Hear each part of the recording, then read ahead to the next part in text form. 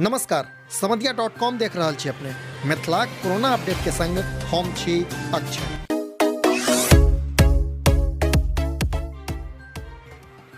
आइ अर्थात रवि दिन बिहार में कोविड-19 के कुल 106 संक्रमित सोझायल, जाहि के संग राज्य में कुल संक्रमित के संख्या 1284 भ गेल अछि।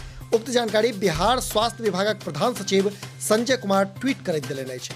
जनतब कराबी जे रवि दिन भेटल कुल 106 गोट संक्रमित में सँ 22 गोट संक्रमित मिथिला प्रक्षेत्र से भेटल अछि, जाहिमे सबसँ बेसी 16 गोट रोगी मधुबनी जिला से सोझायल अछि। मधुबनी खुटौना से 8 गोट, फुलपरास से 2 गोट आ झंझारपुर से 6 गोट रोगी भेटबाक सूचना अछि। एकर अतिरिक्त मुजफ्फरपुर के सकरा से 1 गोट, मुसहरी से 1 गोट, पारू से 1 गोट, मुरौल से 2 गोट सहित जिला क्षेत्र से कुल 5 गोट संक्रमित भेटल अछि। तो ओतहि सीतामढ़ीक परिहार से सेहो 1 गोट संक्रमित भेटबाक पुष्टि भेल अछि।